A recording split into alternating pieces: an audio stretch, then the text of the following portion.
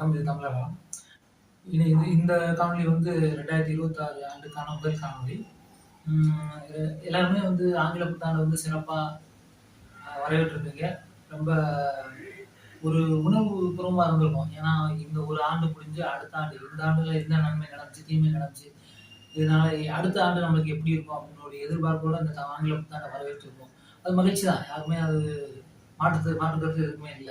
மகிழ்ச்சியான விடயம். நாங்களுமே வந்து ஆங்கில புத்தாண்டை கண்டிப்பா வரவேற்றோம். 2026 அடுத்து நம்மளோட நகர்வு எப்படி இருக்கும்? ஏன்னா, என்னென்னமோ நம்மளுக்கு எதிர்பாராத நிகழ்வுகள் வந்து நடக்குது. இனி வரும் காலங்கள்ல நம்ம எதிர்பார்த்தபடி வாழ்க்கை சிறப்பா அமையுமா? நாம எதிர்பார்த்த சுற்றுச்சூழல் நல்லா இருக்குமா? அப்படின்னு சொல்லி நம்ம நினைக்கக்கூடிய சூழ்நிலையில வந்து இருக்கோம் எல்லாருமே. நல்ல விடயம் தான். ஆனா, இதுல ஒரு சின்ன விடயம் சொல்லிக்கிறேன். நம்ம ஆங்கில புத்தாண்டும் எப்படி நம்ம ஜனவரி 1 அப்படின்னு சொல்லி நம்ம கொண்டாடுறோமோ, அதே மாரி தமிழ் புத்தாண்டு நம்ம அந்த அளவுக்கு சிறப்பா வரவேற்கலைன்னு என்னோட கருத்து. ஏன்னா, இங்கேயே வந்து 2 கருத்து இருக்கு. ஒண்ணு தை 1ன்னு இருக்கு, ஒண்ணு சித்திரை 1ன்னு இருக்கு. எது நம்மளுக்கான புத்தாண்டு? பண்டைய காலத்துல வரலாற்று ரீதியா பின்னோக்கி போனோம்னா, தை 1 தான் கொண்டாடணும்னு சொல்லி வரலாற்றுல சில கருத்துக்கள் இருக்கு. ஆனா, சித்திரை 1 வந்து அரசியல் அதாவது அறிவியல் பூர்வமாக, விஞ்ஞான பூர்வமாக, அறிவியல் பூர்வமாக சித்திரை 1 தான் சரி அப்படின்னு சொல்லப்படுது. சரி, அதுக்கான விவாதம் இன்னொரு நாள் கண்டிப்பா ஆரம்பிக்கணும். அடுத்து வந்து 2, 3 பிரச்சனைகள் போயிட்டு இருக்கு தமிழ்நாட்டுல. அது ஒரு பிரச்சனை முடிவுக்கு வந்துருச்சு. இன்னொரு பிரச்சனை எப்படின்னு பார்க்கணும். அடுத்து என்னன்னு அதுக்கான முடிவு எப்படி இருக்குன்னு பார்ப்போம். அதாவது முதல்ல வந்து தகடூர் அதியமான் வளைவு அப்படின்னு சொல்லி கேள்விப்பட்டிருக்கீங்க. அதாவது தர்மபுரி மாவட்டத்துல உள்ள அந்த வளைவு மலை மேல் போற வேண்டிய அந்த கேபின் பிரிண்ட் கொண்டை ஊசி வளைவு. அதுக்கு வந்து 8வது தகடூர் அதியமான் வளைவுன்னு வச்சிருந்தாங்க. அதை வந்து நெடுஞ்சாலைத்துறை வந்து சீரமைக்கும் போது அதை வந்து ஈவேரா பெரியார் வளைவு அப்படின்னு சொல்லி மாற்றி விட்டாங்க.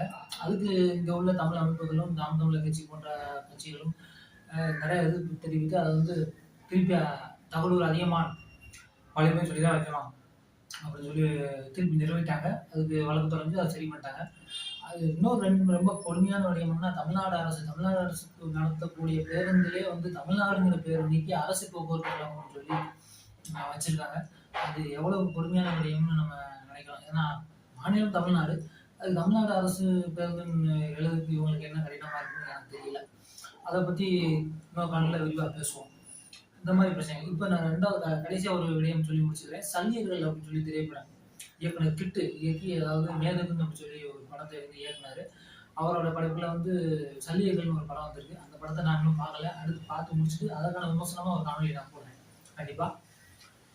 அந்த அந்த படத்துல வந்து பாத்தீங்கன்னா விடுதலை புலிகளோட மருத்துவ பிரிவு எப்படி இயங்குச்சு, காலத்துல விடுதலை புலிகளோட மருத்துவ பிரிவு எப்படி இயங்குச்சு அப்படின்னு சொல்லி இந்த படத்தை சொல்லியிருப்பாங்க.